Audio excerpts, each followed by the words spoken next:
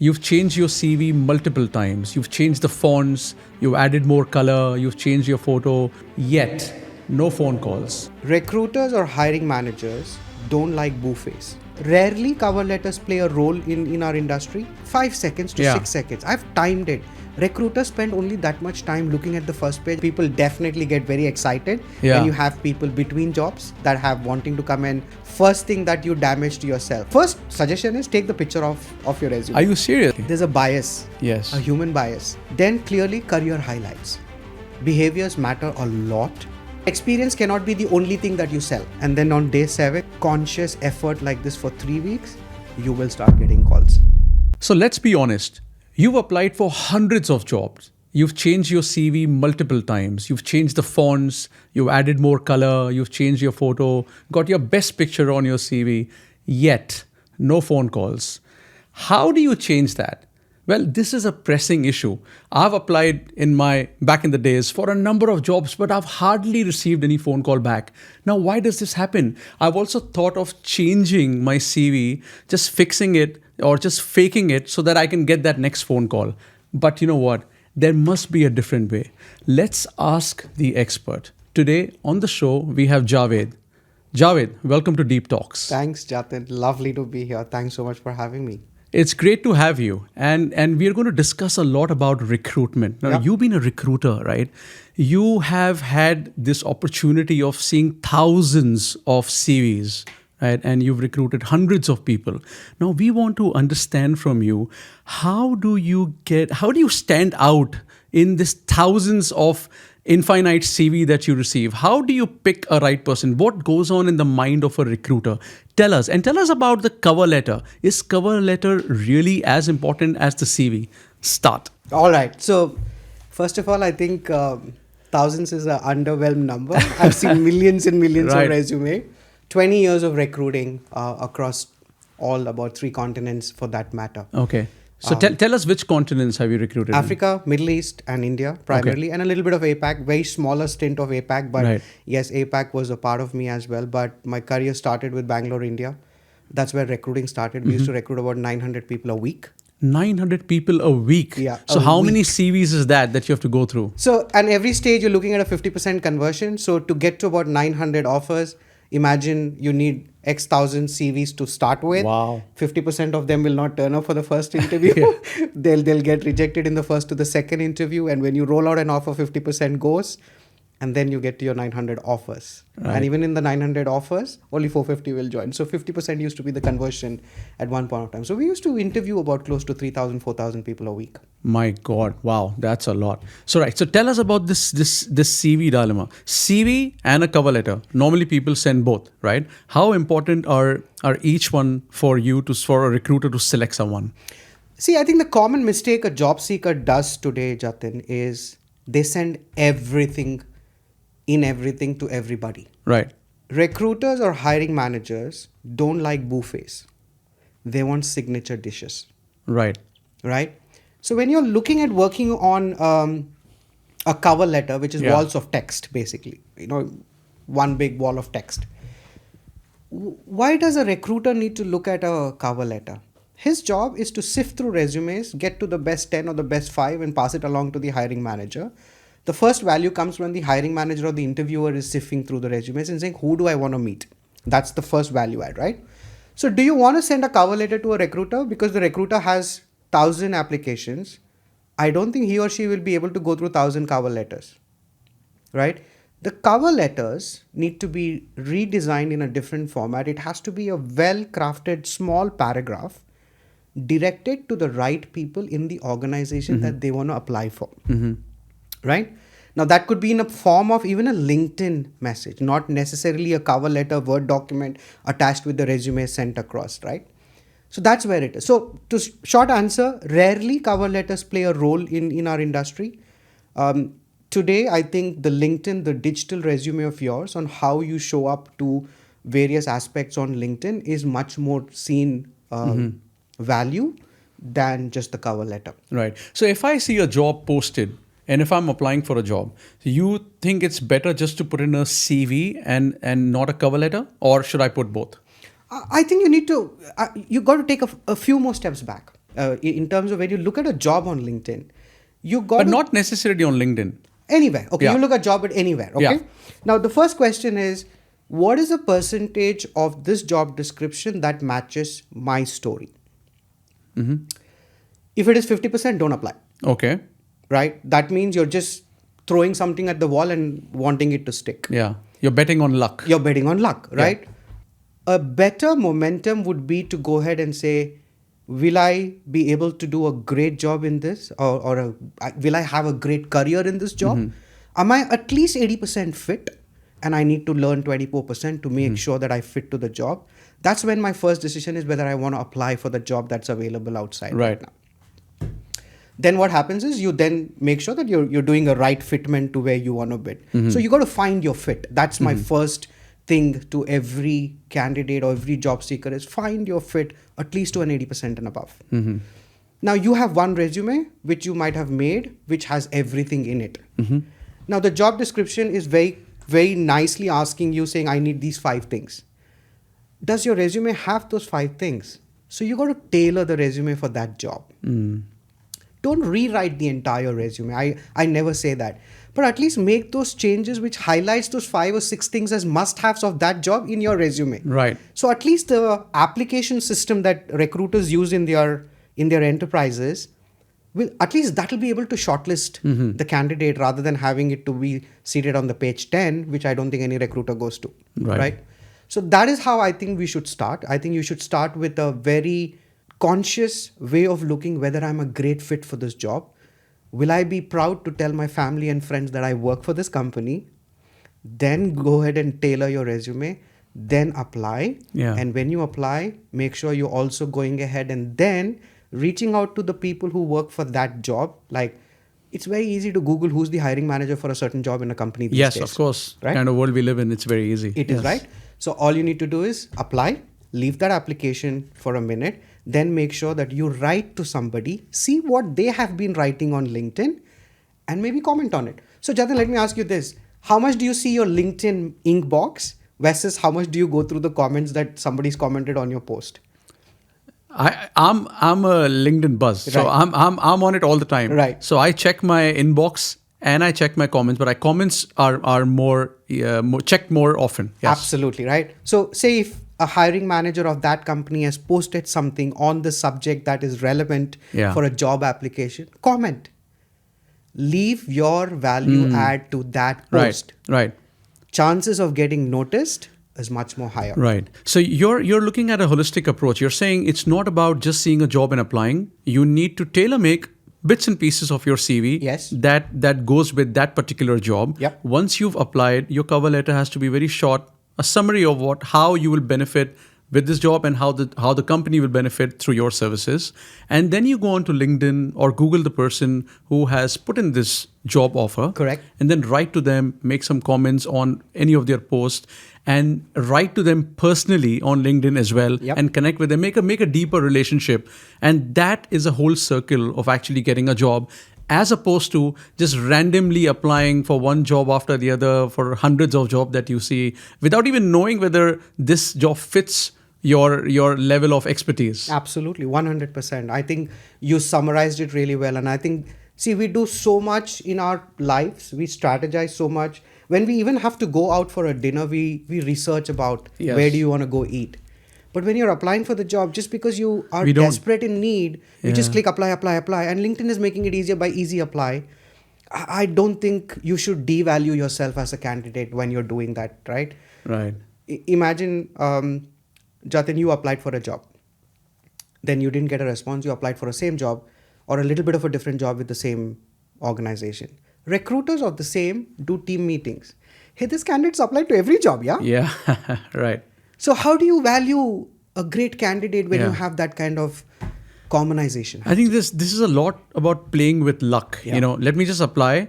If my luck and my stars are aligned, I might get this job. Correct. It's what you got to understand is you need to neutralize this luck by working hard. Of course. Doing your homework, understanding who the recruiter is, what the company is, and then tailor making the entire resume, cover letter, and personalized LinkedIn messages to complete that circle. 100%. 100%.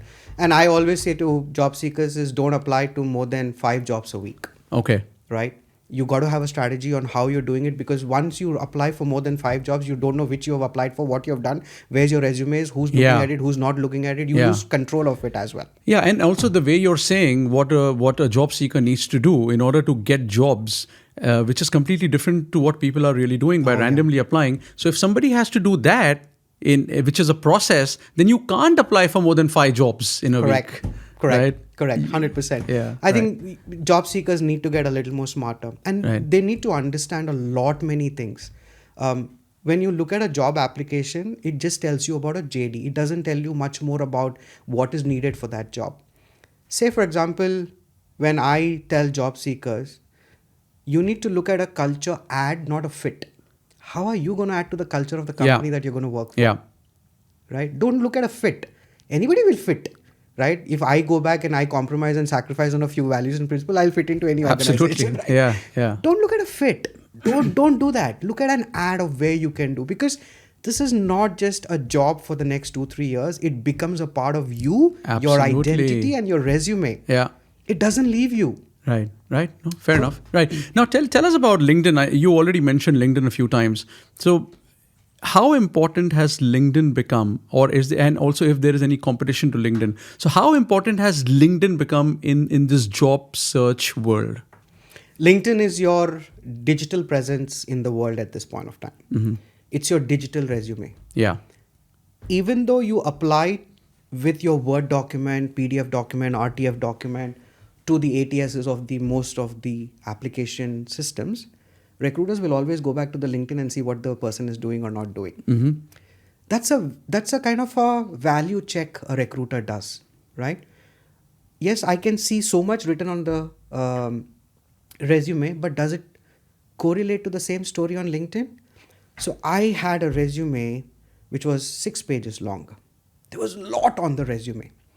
And I'm like, wait, let me go back to the LinkedIn. There was not a single post by that person on LinkedIn. So how do I believe the story of how is your experience and how you are doing online in being a thought leader in the job that you're applying for? Right. I'm talking senior leader position, but you can relate it to every layer of the organization, right?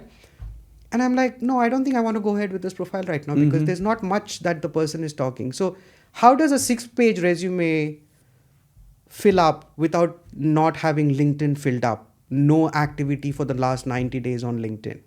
Not a single comment on anybody else's post or anybody else's whatever. Not any no sharing, nothing whatsoever. So for me, that was red flag. Red flag. And is that like a general acceptance amongst most of the recruiters that LinkedIn is the go-to place 100%. for value check? 100%.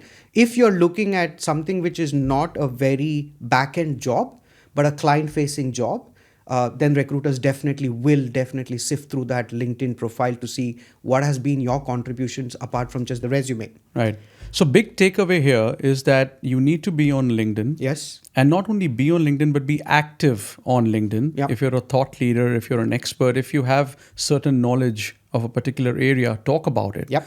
You know, all of us have internet, all of us have machines to make our post on internet. 100%. So utilize that. And when it comes to job search, your recruiter will always go to LinkedIn and see whether whatever you've mentioned on your CV or your cover letter matches to what you're doing on LinkedIn. 100%. Absolutely. And I think you should take it one more level for senior leaders, most probably, who want to change that job, because you mentioned there's a segment of audience which is 35 and above and so on and so forth, right? There's something called SSI. It's a sales index on LinkedIn. Right. So it gives you an SSI score about how is your sellability of your profile on LinkedIn. Right. Okay. I didn't know that. It tells you with a score, what is the percentage of your engagement? What is the percentage of your network? Of who are you having in your network? The 5,000, 6,000, 20,000. What is the value of that? Like a report card. It is a report card, right? So everybody should go look at their SSI scores on LinkedIn. So you just need to go to your LinkedIn homepage, type SSI. It will give you the article. Click and say, what is the score of my SSI? It will tell you exactly what the score is. And you need to be in your top 3-4% or at least top 3% if you're a leader that's looking for a change in job. Right. That helps a lot, right? Then it is a science to use LinkedIn rather than just throwing something at LinkedIn. Right. So talking about LinkedIn, one last question. A lot of people on LinkedIn have open to network or open to Open to job, work. open to work. What do you think of that? Is that something a lot of people have that on their profile?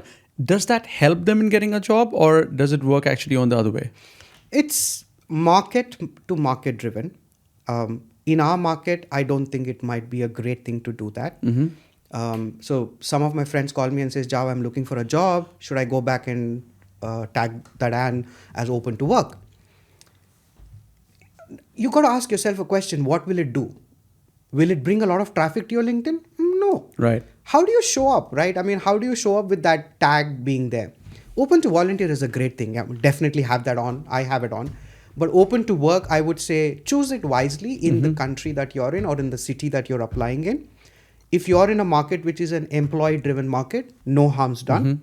But if you're in a market like ours, which is an employer driven market, people still here are hiring for comfort than competence. It's changing, but yes, that's one culture that we have in our industry at this point of time. It is changing, no doubts about it, but there's a comfort culture. Like somebody referred me, I know him, he might work well, he might not work well. How much bad can it happen because it's at least referred by somebody? So there is that. So you want to avoid it you got to judge it there's no one straight answer of have it or not have it. Right. So let me ask you, if I'm in India and if I'm looking for jobs, I'm on LinkedIn, quite active. Should I put open to work on my LinkedIn It's profile? an employee driven market. Yes, you can. Every single candidate in India has about at least 2 or 3 jobs.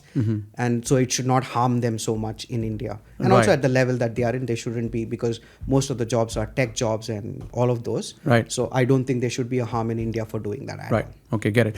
Let's talk about hiring. In a lot of people in their CV, they have their gaps. They've taken a gap year that could be due to mental health, some family reasons, personal reasons. How do you as a recruiter see that? Is that a red flag, or you think it's part of the game? Sometimes people do have gap years. I don't mind looking at the CV. Jatin, after pandemic, it became much more normal to have gaps, because I think people started to understand that mental health, mental well-being or well-being as a concept definitely helps.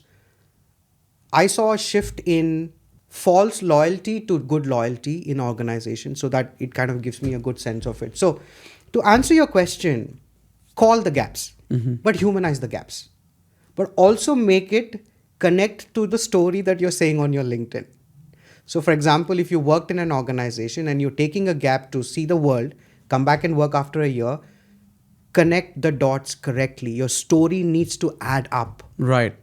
But if you have a gap, and if your story doesn't add up, so we sat across the table and interview candidates like, oh, there's a gap, explain. And they wouldn't be able to tell me a story which is convincingly correct or whatever, right? So then I'm like, something's wrong there. Yeah. But if you're able to connect your narrative of that gap, humanize the gap, and call it out, I don't think there should be any problem with that at all. Right. So you're saying that even if you have a gap, companies can still take you seriously. They do. There's not a problem. They do.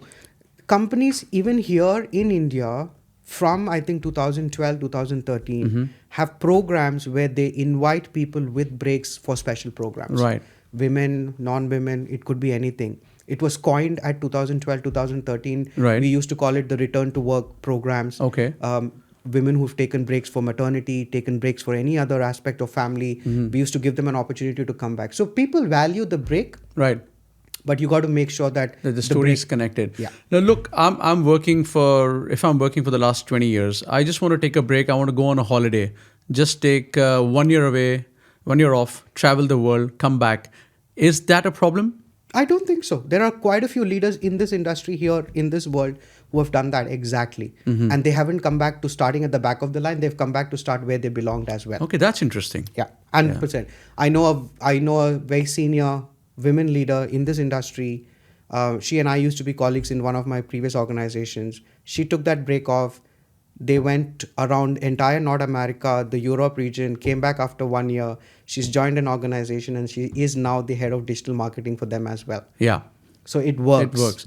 Look, I run a few companies, and if I sit across the table and meet someone who's taken a break here, couple of years, traveled around the world, or started their own business or anything for that matter, and they come back to me, I would definitely want to recruit them because they 100%. have more experience now. Yeah. They have more wisdom. So there's no reason. I think it's more in our mindset Yeah. that, if we take a gap year, people might not want to recruit us. From where I see it, I think this is an added advantage. 100%. And there is no devaluation of your Yeah. talent. You add a non-linear path to a linear path. Yeah. It only makes you a better candidate. There you go. I can give you millions of examples. I mean, at least top 5, top 10 leaders that I have hired or recruited in this industry Yeah. had some kind of a gap. Either they went and did their MBA and came back, they traveled the work, they backpacked and came back. There's a grit that adds to that. Yeah. Right? No, So, absolutely. 100%. So I definitely, I've never had anybody reject a candidate because of a gap in the Yeah. organizations I've worked for. I sort of want to do a forced sabbatical in my company. I've done 2 already. Yeah, just go 6 months, travel the world and come back. I've done 2 already in my career. Oh, have you? Yeah, absolutely. 2020, when just COVID was starting, I did that for family reasons. My wife was sick and I took a couple of years. I mean, I was at one of the highest paid jobs through my career and I said, I don't want to do this. I want to take care of my wife. Left that, took care of that. Now, January end, I left my previous job, which was KPMG. I'm enjoying my sabbatical right now. Well, all the best to you. And I'm building a company as well. But you got to be able to say that fear, right? Yeah. Why don't we do this? Is we got to pay the bills. We've got a fear. We like get a job. Fear of failing. I don't think you need to get over that. You Yeah. got to believe in yourself. No, absolutely. I keep saying that fear of failing is one single factor that stops us from doing so many great things in life. Correct. Absolutely. 100%. So let's talk a little about India. Okay. Right. A lot of employees are unsure of how they can approach their manager, even if they have to take their paid leaves in a year. A lot of instances have happened where I've asked some people within my circle, why don't we go for 15 days, biking or trekking? And the answers I get are generally, I don't think I'll get the leaves. I said, why won't you get the leaves? Don't you have your annual leaves intact? They're like, Right. we do have that, Right. but we won't get it. Right. Can you just put some light on that? Because this is a lot of HR comes in play here, right? And the same HR will not reimburse the balance of the leave at the end of the year. Right? So it's a paradox, right? You got to go ahead and understand. So there is a confusion between can I take leave or am I allowed to take leave or do I want to take leave? Yeah. Okay. So first of all, That's you got to right. take that confusion Mindset. out. You got to clear yourself. Yeah. If you want to switch off, then switch off, right? If you want to take the leave, I don't think any organization, and there is a reason why everybody gets that 20 days holiday per year. Yeah. It was not designed just to put it in there. It was designed for a reason why HR has designed it. So I think you got to go ahead and make sure that you first clear your confusion and the mindset about, I think I can take leave. I think my work is not going to suffer. So you got to leave that FOMO behind. Yeah. Simple. That is my first answer on that part of it. The second answer is that aligns to your manager. Has your manager taken leave? Very important point. Right? What is the culture he or she is driving? So you need to work for managers who are not glorifying not taking leaves. Correct. Exactly. Yeah. And that's not a culture. So we had one employee, so this was COVID time, post-COVID, a little just over post-COVID. And we had a manager who used to be in office every single day while his team is not in office as well. Yeah. So when the appraisal came, one of the biggest line items on his appraisal was, I'm in office even though my team is not. Yeah. It does not say anything great about you because you're confused about something else right now. That doesn't make you a great manager. Yeah. So you got to go ahead and see how that culture fit is. And if there is an issue there, I think you need to look at a better fit for you to be in a greater place. That's one way of looking at it. But if I'm a manager, somebody from my team comes to me and says, I want to go for a 10-day leave. And I'm like, how can you go for leave? I haven't taken any leaves this year, right? So you can't take any leaves. Having these 20 paid days off is everyone's right who's working in a company. Yeah. But if there are managers whose mindsets are broken, just like example I gave you right now, the HR needs to come in here and play a bigger role proactively, don't you think? Change things. I think there is no problem. There are organizations where HR steps in and sends people on forced leave. Yes. We've seen that happen. Yes. and a lot of that happens because, hey, listen, you're burning out, you're on the bench, go on leave, why are you sitting here? Yeah. Right? So HR does step in, but it's a fine line. Like, the reason I say it's a fine line is, you and I are manager and employee relations. Yeah. Should I escalate it to HR and bring a middleman in, and then it'll spoil your working relationship with that manager for future projects? Yeah. So you got to be careful on how you ask the HR to step in. Correct. Right? But yes, you can definitely ask for that help. HR is always going to be taking the right side and will help you out with it. Like, for example, if you're in a key delivery project which has to be delivered to a client tomorrow, and if you tell to your manager, I need to go on leave, it doesn't. No, of course. Right? Yeah. And then you say, no, I'll bring in HR now. Yeah. It's just going to create a rift. Yeah. So you got to plan it all well and get the HR to help you out with it. But HR will step in. HR monitors the leave balances of every employee. They send out dashboards to their managers and saying, boss, your people haven't taken leave. Yeah. Either it is sending a bad message and there'll be a burnout. Before that, take action. Send your people on leave. Manage your work correctly. Yeah, but it's also a very cultural thing. I think it comes from the top. What you feel about leaves, what you feel about your people taking leaves. Correct. And then everything boils down. Your HR team, everyone is aligned to your thought processes as a leader, right? And I think, portraying this on myself, when I was in my early career days, I wouldn't take leave. Right. Because I had the FOMO. What if I went on leave and somebody else takes my projects away from me? Yeah. Right? So I work. We've all been guilty of that. We have been. Yeah. But you get to this certain maturity and you say, no, I need a break. I need to get out from here right now. If not, I'll not be good for the project that I'm on right now. Right. So I plan and I say, okay, not necessarily it can't be an impromptu planning. It has to be planned.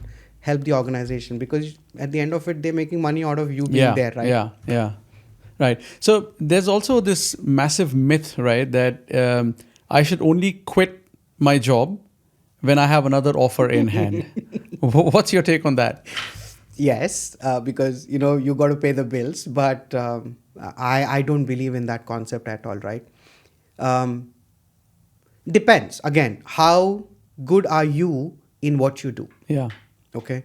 So if you have the confidence that I'll get a job, I don't want to worry about it, I'll quit and I'll get something going, then go it. I mean, it also manages on a lot many things of what is happening geopolitically, what's happening with the industry, recession, no recession, oil prices, a lot many external factors also play a role in it. We'll take that it's a good world. Good world? Yeah. Then I think, you can. I think people will find jobs. I think jobs are always available. People are always looking for great candidates to come back. But I would say, strategize it properly. Don't do it on a gut feel. Yeah. Gut feel will hurt. But being HR, and if you're sitting across the table of someone who's left his previous job, they've told you they've left the job, does it give them less negotiation power and that on salaries and other matters? Recruiters and HR are the happiest when they find candidates like that. Yeah. Because they can join soon. Yeah. There are no wait time of notice period for 2-3 months that they have to serve and come and join you. So people definitely get very excited when you have people between jobs that have wanting to come and work for you, or people who have left and are ready to come back to you as well. People get excited. See, this, Javed, I would have never thought of this part, that when you're in between jobs, normally people think, oh, I'm in between jobs, I won't get too much negotiation power with the HR, I'll have to take up whatever offer they give me. But what you're telling me is that from the HR point of view, if somebody is in between jobs, it's also a big plus because they can join immediately. Yes. And that becomes a huge negotiation point. 100%. You can ask for joining bonus. Yes, absolutely. There you can go. ask for some perks that you can definitely look at how you can do this, right? But again, your story has to... See, this is what I tell, right? Yeah. Like, for example, when you go to Bangalore, I'm from Bangalore. So when I go to Bangalore, I see every candidate at least having 2 or 3 job offers. Yeah. And I'm like, no, you shouldn't do that much. Yeah. But yeah, you do the right things, right? I had one manager's like, Javed, people don't join me. So what are you doing? Yeah. I'm even sending laptops to them before they even join me. Yeah. Are they joining you? No, I lost few laptops. I'm like, okay, that's not the right candidate. So at least you got to interview and find the right fit, right? But in between jobs or jobs... It's not a bad thing. Definitely. It's not entirely a bad thing. Definitely not. Right. So let's take an example. Somebody coming from UK or US who relocated back to India, they cannot be in a job when we want to hire them. Yeah. But they find great jobs in India as well when they've relocated back from such countries. Yeah. That's not a bad thing. right? Correct. So Yeah. I don't think there is a problem in losing. But yeah, look at about your situation. I don't want to be saying it is right to do it. You got to look at your own situation on how you are as well. Of course. You need to be confident. Yeah. Now, tell me about this background checks. You mentioned about LinkedIn and keeping your stories intact, aligned. How much of background checks are still happening? Do HR still call their previous 3 companies, write emails? Is that happening for every candidate that you hire? Yes. Not to seek feedback from their managers, Okay. but to validate the employment and the details that they have mentioned for us. Right. So there are organizations who do educational checks, Yes. employment checks, Yeah. and if you're working for an organization which is semi-government, government, they might even go do bank checks and your social media checks. Right. Right. But we don't ask for tell me feedback about them. Right. Okay. So this person who's joining us says he has worked or she has worked for you on this designation from so and so. Correct? Yes. No. Verify it. That's it. That's what the background check basically happened. I don't think anybody is calling anybody and saying, okay, give me feedback. That used to happen in back those days. But no more feedback collection because feedback is relative and subjective. Right. You might not like that employee. I love him. So I don't want to base my hiring decisions on somebody else's feedback, right. because you're coming from a different culture, you're working for a different company, blah, blah, blah, blah, blah. Right. So we validate where the information is correct or not. So if somebody says I'm on an X salary, we want to validate what was your salary, because people exaggerate salaries to get more money and stuff like that, Jatin. So those are the simple checks people do. But every candidate hired into any organization, there will be a background check. Background check. And when you hire people as HR, what do you look at as the top most hiring personality? Sorry. So when you hire someone as HR, what do you look at someone? Is it the attitude or is it the skill set? Which has to be higher than the other? Again, it is a very subjective question to a job. Yeah. But behaviors matter a lot. Okay. So I think in any organization, before you start your technical interviews or the technical round, there'll be a behavioral round. Right. Right. We want to be able to see whether those behaviors might be able to add to a good thing to the ecosystem that we have. That's the first check. Right. So when I think the process is application comes in, the recruiter will do a screening call. Yeah. Right. The screening call is to just identify communication skills. What are you doing? How soon can you join? What are you up to? Why do you want to work for us? Give us a little background. It gives recruiter a good sense check of the application. Then we do a first behavior round. Then the technical skill set. Technical skill sets, I think people say, if I'm hiring somebody to code, then I need the person to know the language. So 80% plus match has to happen. Yeah. But on behaviors, they even okay with 70%, 75% behavioral matches, and they go ahead with it. So the behaviors, so your experience cannot be the only thing that you sell. Yeah. Fair It enough. has to be your story, your narrative, and your skill sets that come together as one. That is what is going to be your selling point. Right. Okay. And then we're seeing so much AI come into the play now, right? Everyone's using AI to create CVs, to write Everything emails. is happening. Tell me how AI is changing recruitment in the HR industry. The change hasn't happened yet. Every HR leader and talent acquisition leader is on the fence watching which is the right thing for me to do. So they're all there in that fence at this point of time is what should I use? Let me see who uses what and I might be learning something from them. So that is where. So change hasn't tipped into I started using AI right now. But what will it do? I think the first thing is every candidate will get a call if they apply. That'll start happening in the organization. Today, nobody gets a call. Nobody gets a feedback. That's the cry. But I think sooner or later, I think that's the first problem people will solve is if you apply, my AI will call you and have that screening call or that first interview with you. Right. Okay. I think that'll come. That'll be the first change that'll come into the system as soon as possible.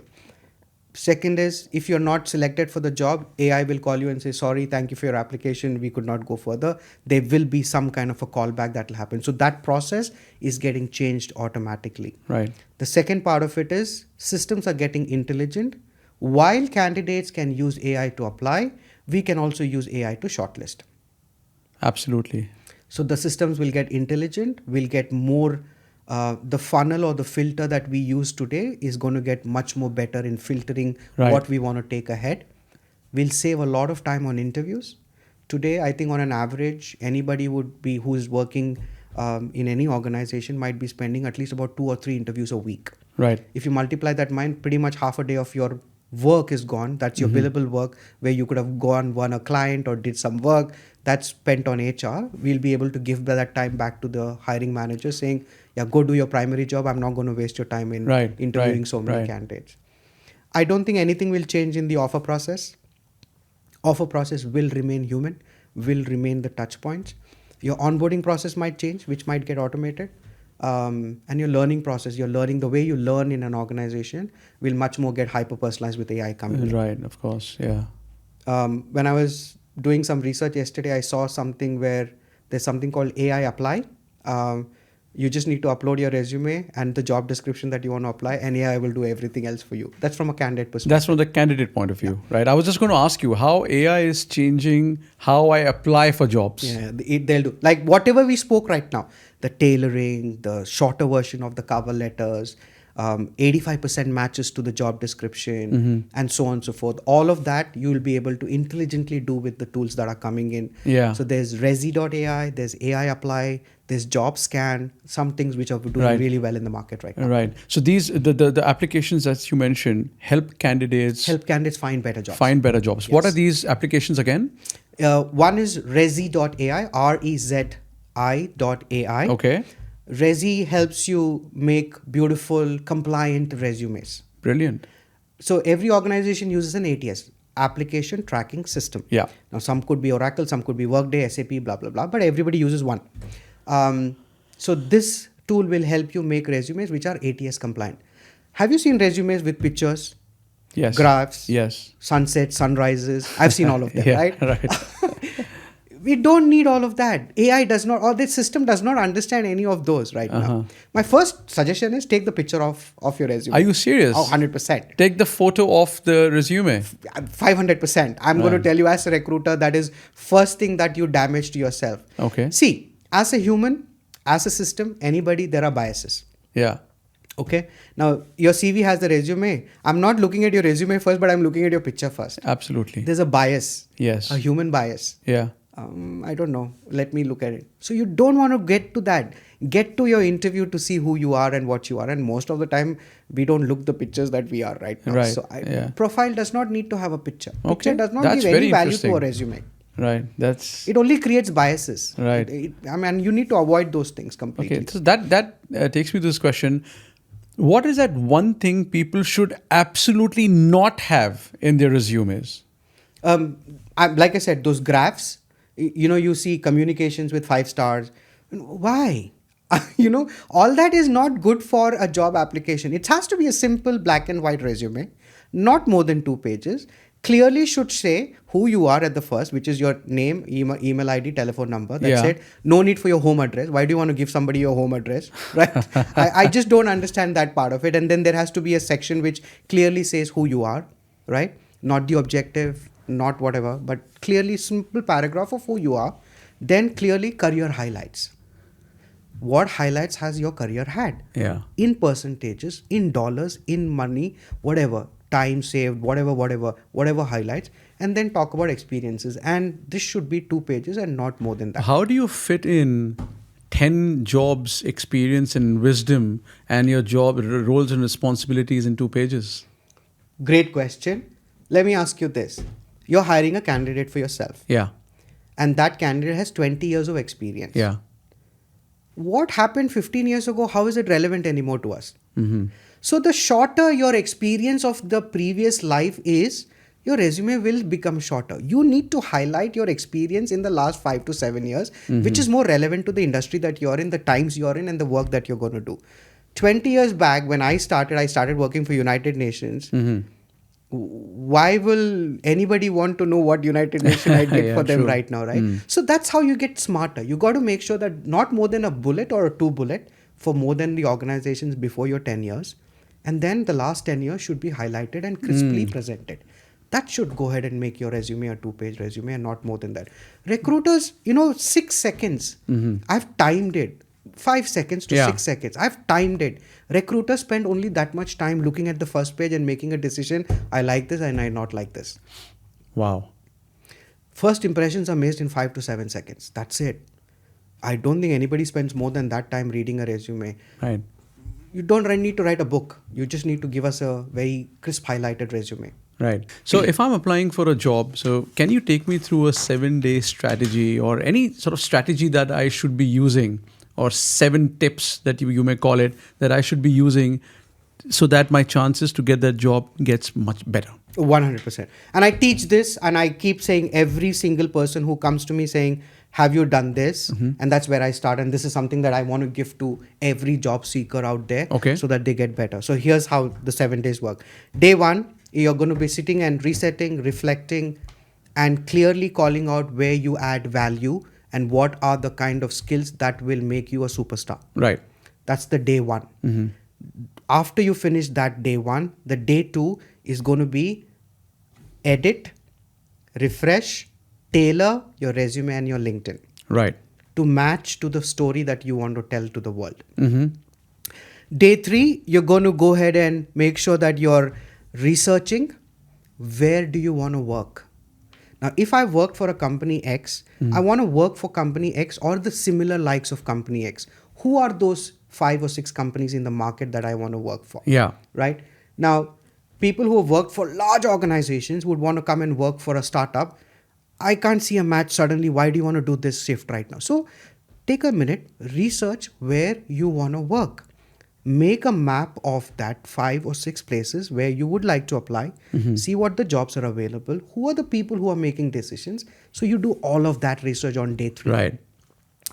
Day 4, you will tidy up all that digital footprints that you have on the internet, because you don't want to go back and get perceived in a certain way. So you just want to clean up your digital footprints about what have I done in the last 2-3 months on LinkedIn or on my Insta or whatever, because people see all of that, right? So you want to clean that digital footprints out, and then you be ready to apply. Okay.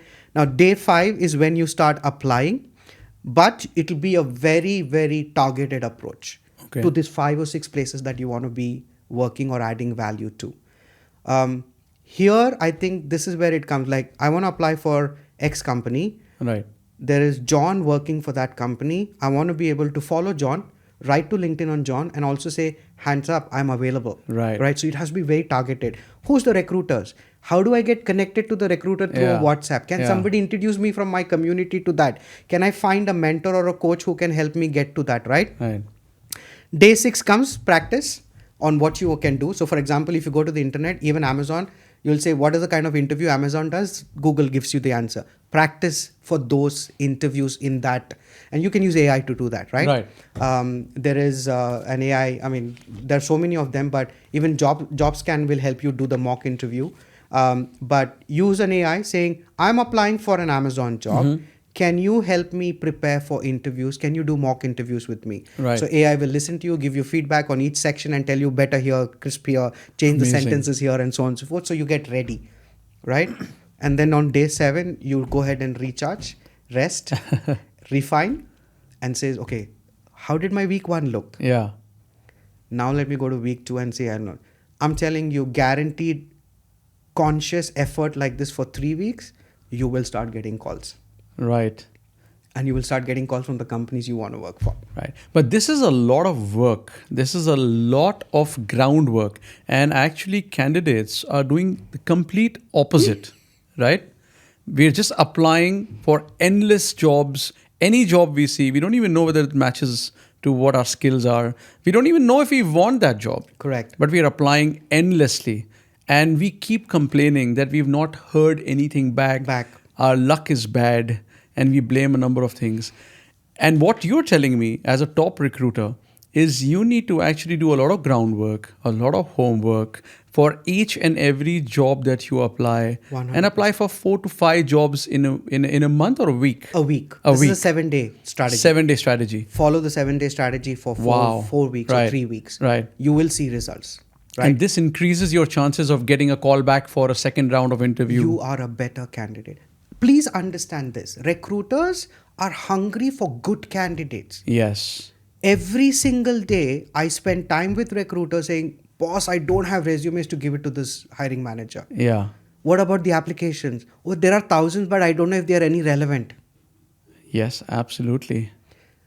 Recruiters go to agencies, pay them a certain percentage of the salary to get good candidates.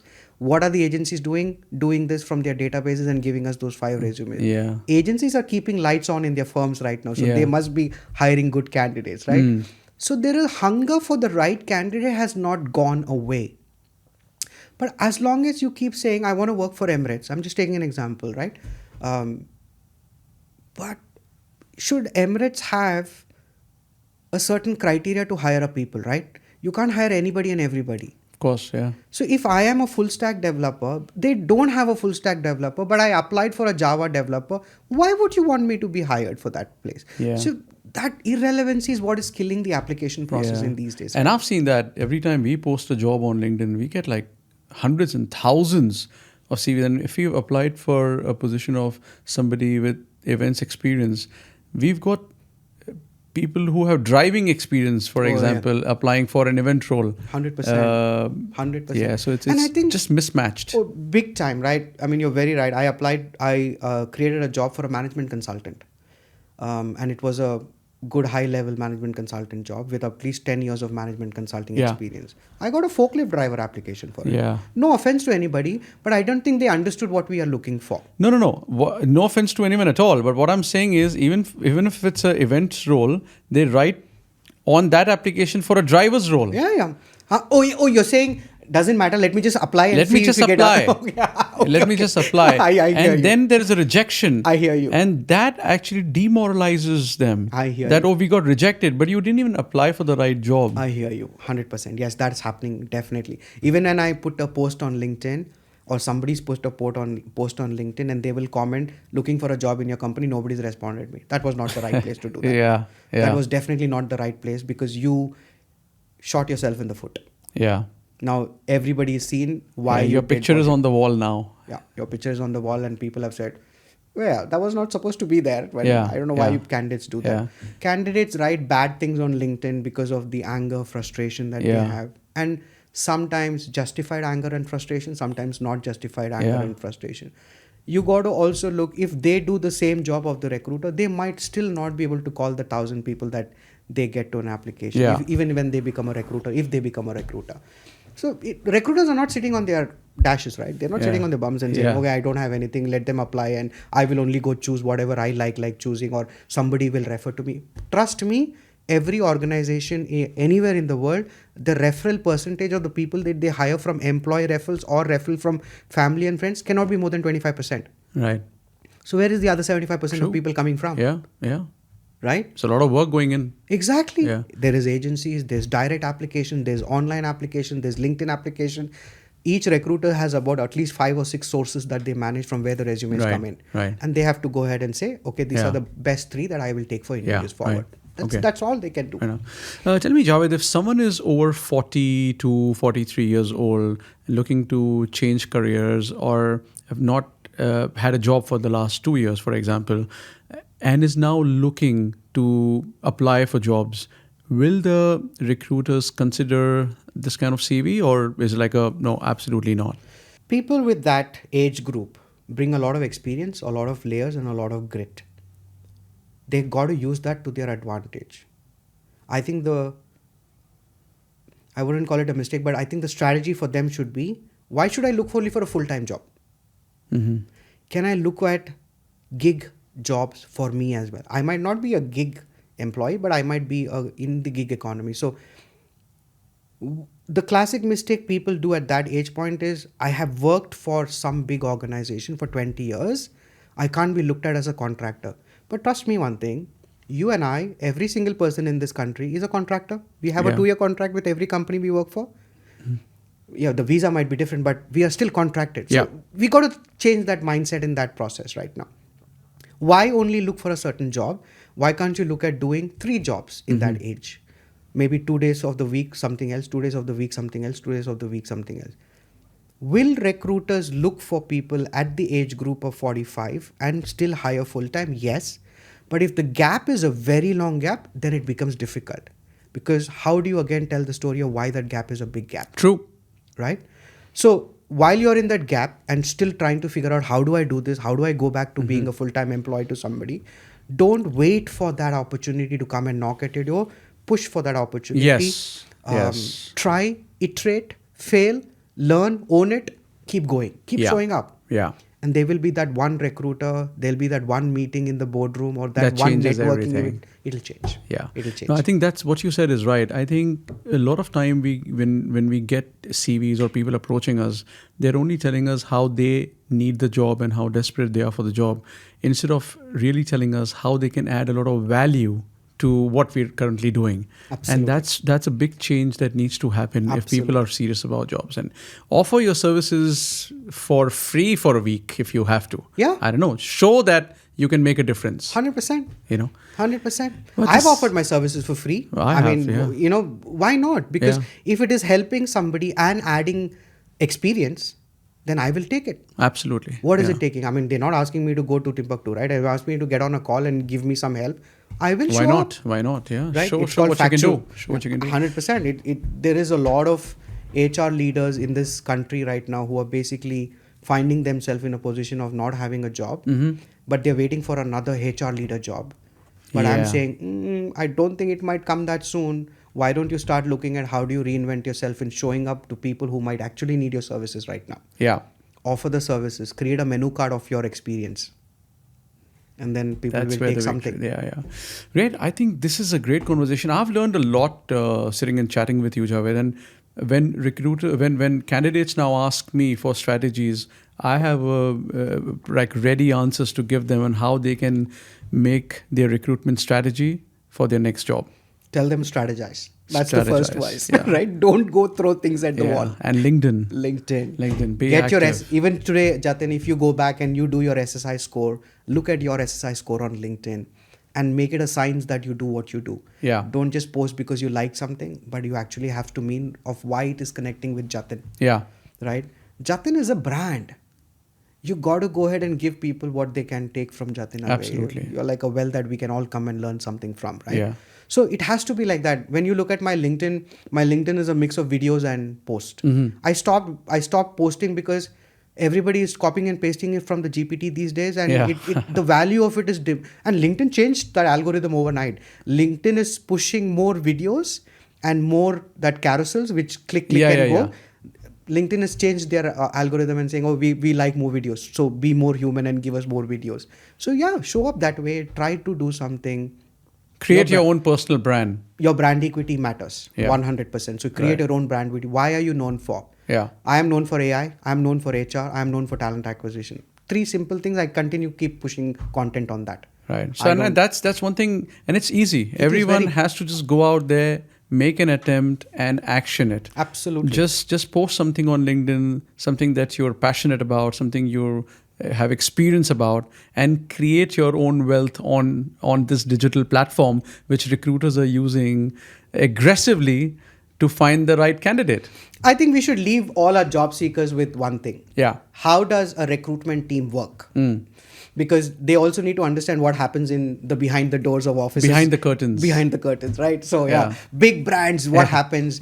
90%, 95% of the time, this is how the recruitment team operates, so Right. that they now know how do I connect with this. Okay.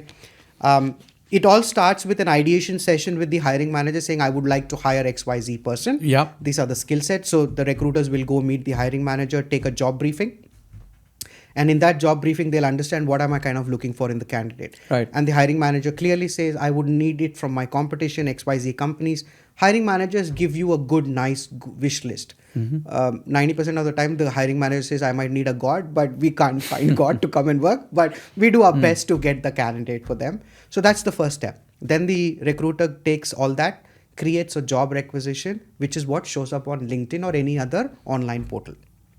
Got it. Okay, they have their own system internally. They'll create it on it, and it'll crawl and it'll go to various systems. Now, once it's showing up on, and there is a 24-hour lag between creating on my system and showing up on the online portals. Right. So I think candidates should also not just look at LinkedIn and the online portals, but follow the pages that they want to be applying for, the career pages of the companies that they want to work for. That is more accurate than it, because there's a delay and a lag on the crawl part of it. Right. Once the crawling is happened, applications flow in. Now the candidate or the recruiter knows what he or she wants. They start with a keyword search on the resumes that have come in. Once they go to about 5 to 8 resumes, that's when they collate it and send it to the hiring manager. Hiring manager then does a review of the paper resume and then says, I want to meet with so and so people, and then the process starts. Right. So you got to now see, how do I fit in and make strategies for making sure my recruiter, different touch points. Yeah. how do I show up for Brilliant. all these That's touch a points? brilliant takeaway. That's a brilliant takeaway. What I'll also try to do is I'll sum a lot of this up. I'll send it to you, and then we can put it up on LinkedIn Yep. and YouTube or wherever we are airing, and let people benefit out of this. 100%. I think the 7-day strategy should become just one clip for you and me, Jatin, where we talk about, hey, if you take anything away from this conversation, take the 7-day search strategy. Brilliant. And I think that'll itself help a lot of people, and they'll show up better. They'll design their resumes better. Yeah, and I think somebody will get a job, and pray for us. And take the pictures out of their resume. Yes. 100% please. I just don't understand that, because I just don't know why system does. Well, system is system, right? It only understand code. Yeah.